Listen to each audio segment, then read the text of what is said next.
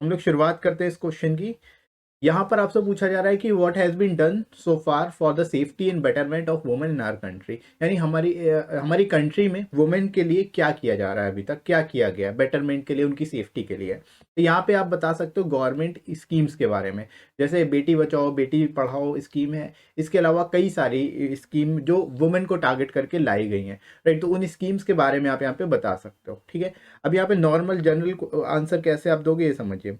तो यहाँ पे देखो आप क्या बताएंगे, आप स्कीम्स के बारे में बता सकते हो, गवर्नमेंट ने कौन कौन सी स्कीम्स लॉन्च की है गवर्नमेंट बेसिकली वुमेन को टारगेट करके, चाहे वो बेटी बचाओ बेटी पढ़ाओ है, इसके अलावा सुकन्या समृद्धि योजना है, ठीक है, इसी तरह कई सारी योजना है, राइट। तो उसको उज्ज्वला योजना है, इस तरह की योजनाओं के बारे में आप इसमें बता सकते हैं, राइट। तो ओवरऑल अगर आपको शॉर्ट में आंसर देना होगा तो कैसे दोगे कि sir there have been no dearth of social economic political legal and constitution efforts made for empowerment of women by various governments, यानी सभी गवर्नमेंट ने अपनी तरफ से पूरी तरह से कोशिश की है, सोशल इकोनॉमिक पॉलिटिकल लीगल और कॉन्स्टिट्यूशनल एफर्ट दिए हैं वुमेन को एम्पावरमेंट करने के लिए, वुमेन्स को एम्पावरमेंट करने के लिए बहुत प्रयास किए गए हैं। However, women in India continue to face atrocities such as rape, dowry killings, human trafficking etcetera. लेकिन अभी भी इंडिया में बहुत सारी एट्रोसिटीज़ हो रही हैं वुमेन को लेकर के, चाहे वो रेप के फॉर्म में हो, डाउरी किलिंग्स हो, ह्यूमन ट्रैफिकिंग हो, ये सारे इश्यूज अभी भी एग्जिस्ट करते हैं, मतलब पूरी तरह से उसको ख़त्म नहीं किया जा सका है।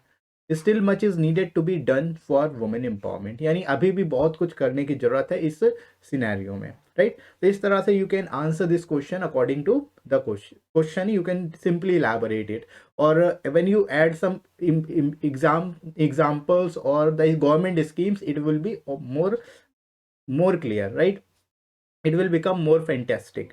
तो इसको जो है आप एग्जाम्पल्स और इंक्लूड करेंगे, जैसे गवर्नमेंट की जो स्कीम्स है उसके बारे में आप बताएंगे, बेटी बचाओ बेटी पढ़ाओ स्कीम है, इसके अलावा जो अदर समृद्धि सुकन्या स्कीम है, राइट, इसी तरह से आपका उज्ज्वला स्कीम है, ये सारी स्कीम्स के बारे में ही बता देंगे तो और बेहतर ये आंसर आपका हो जाएगा।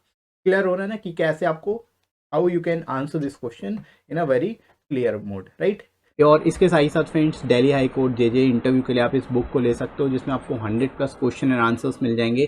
करंट एंड जुडिशियल टॉपिक्स को अलग से डिस्कस किया गया है इसमें, ताकि उन टॉपिक्स को, जो इंपॉर्टेंट टॉपिक्स हैं उनको आप अच्छे से गो थ्रू कर सको, अच्छे से उससे रिलेटेड आपको आइडिया लग सके, कुछ भी डीपली अगर पूछा जाता है तो आप उसको आंसर कर सको। साथ ही साथ क्वेश्चन आंसर के फॉर्म में भी इसमें क्वेश्चन आंसर्स आपको क्वेश्चन आयर टाइप के दिए गए हैं, 100+ क्वेश्चन आयर्स आपको दिए गए हैं, जिनको आप कवर कर सकते हो, जो कि नॉर्मली आपसे आपकी पर्सनैलिटी बेस्ड हो, चाहे जो नॉर्मल क्वेश्चंस आपसे पूछे जा सकते हैं, जैसे टेल मी अबाउट योरसेल्फ, इस तरह की चीज़ें आपको इसमें कवर हो जाएंगी। जुडिशियल और साथ ही साथ करंट रिलेटेड इश्यूज भी इसमें कवर हैं। साथ ही साथ लोएस्ट कॉस्ट में आपको ये बुक्स मिल जाएंगे, एडिशनल 30% डिस्काउंट भी मिल जाएगा। डिस्क्रिप्शन दोस्तों लिंक दिया गया है, वहाँ से आप जाके इस बुक को ले सकते हो डिस्काउंटेड रेट पे, राइट दोस्तों। Now moving to the next one, what does it imply when we say India is a secular state. Secular state क्या होता है ये बेसिकली आपको बताना है। अब देखो सेकुलर का मीनिंग तो आप सबको पता होगा, सेकुलर का मीनिंग क्या है कि धर्मनिरपेक्ष। धर्मनिरपेक्ष का मतलब क्या है कि हमारी जो कंट्री है इंडिया, वो किसी धर्म को प्रमोट नहीं करती है, राइट, वो किसी धर्म को प्रमोट नहीं करती है। इसका मतलब क्या है कि भारत में जितने भी धर्म के लोग रह रहे हैं वो सभी के लिए इक्वल है, मतलब जो स्टेट है, जो हमारी गवर्नमेंट है, वो सभी को इक्वली ट्रीट करती है, इसी का मतलब है सेक्युलर, ठीक है। तो अब इसी चीज को आपको यहाँ पे क्या करना है, बताना है, सिंपल, इसी चीज को यू हैव टू एक्सप्लेन। तो यहाँ पे आप कैसे करेंगे, देखो, it implies that India is a state where multiple religions like Hinduism, Christianity, Muslim, Sikh etcetera exist in our country, यानी हमारी स्टेट में मल्टीपल रिलीजन के लोग रहते हैं, चाहे वो हिंदू हो, क्रिश्चियन हो, मुस्लिम हो, सिख हो, right, which makes it secular, ठीक है, जो इसको सेक्युलर बना देते हैं, राइट। हमारी कॉन्स्टिट्यूशन जो है सेक्युलर है, इस वजह से यहाँ पे सबको इक्वालिटी दी जाए, बराबरी दी जाती है। All citizens follow different religions are treated equally and religion of anyone cannot be imposed on the other when it comes to his or her fundamental right। मतलब एक व्यक्ति दूसरे व्यक्ति पे अपना रिलीजन थोप नहीं सकता, इम्पोज नहीं कर सकता, जबरदस्ती दूसरे को जो है कन्वर्ट नहीं कर सकता कि इस धर्म को आप कबूल करो, है ना। तो ये क्या है, ये सेकुलर स्टेट का एक प्रमाण है, ओके।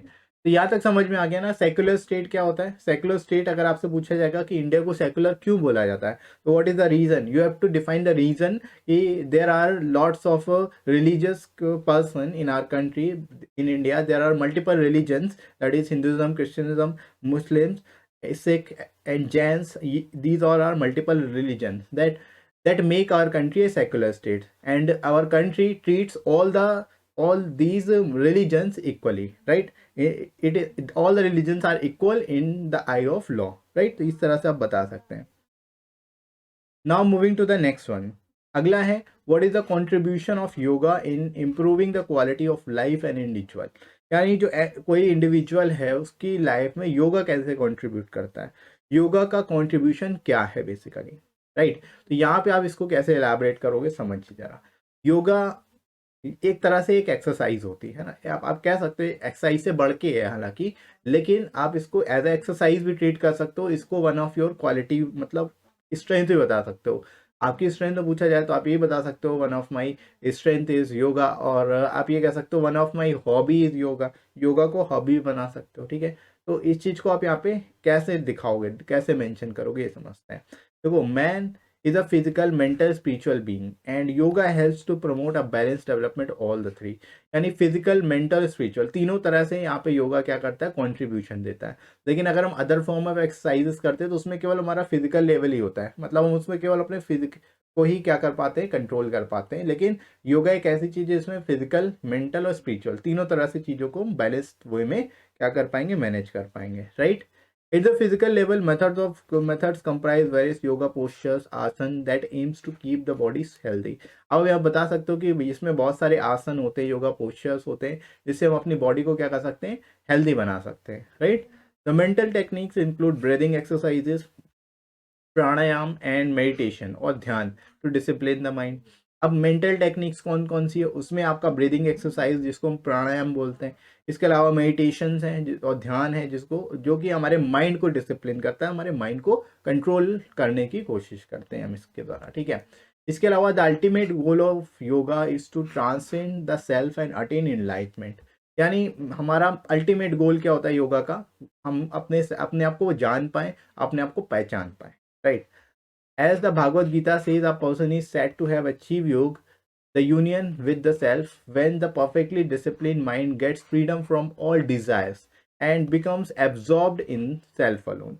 यानी योग, भागवत गीता में भी यही चीज कही गई है कि कोई भी व्यक्ति वो कब योग को अचीव कर लेता है, जब वो अपने आप से अपने आप से मिला लेता है, ठीक है? और एक तरह से आप कह सकते हो जब उसका माइंड पूरी तरह से कंट्रोल में हो जाता है, उसको किसी तरह की कोई डिजायर नहीं होती है, वो अपने आप से ही बेसिकली जो है मिल पाता है कि एक्चुअल में आप कौन, ठीक है? इसको योगा बोला जाता है. तो thus yoga improves the overall quality of life of a person practicing it regularly. यानी योगा जो है ओवरऑल हमारी क्वालिटी ऑफ लाइफ को क्या कर देता है, इम्प्रूव कर देता है, इनहेंस कर देता है, राइट? तो you can tell all these things, right? In contrast, other form of physical exercises, right, aerobics, assure only physical well-being. ठीक है? अदर जो दूसरे टाइप के जो लोग हैं, अदर दूसरे टाइप के जो यहाँ पर हैं, वो क्या करते हैं, वो सिंपली क्या करेंगे यहाँ पे कि वो केवल फिजिकल लेवल पर ही क्या करेंगे, उसको देखेंगे, राइट? तो इस चीज़ का यहाँ पे बेसिकली जो है डिफरेंस होता है. समझ में आ रहा है कि योगा और दूसरे जो फॉर्म ऑफ एक्सरसाइजेस हैं उनमें क्या डिफरेंसेस हैं? यहाँ तक आई होप आपको समझ में आ रहा होगा. They have little to do with development of spiritual और एस्ट्रे बॉडी. यानी वो स्पिरिचुअल पार्ट्स को बेसिकली कनेक्ट नहीं कर पाते अदर जो फॉर्म ऑफ योगा होते हैं, राइट? यहाँ तक समझ में आ गया सभी को?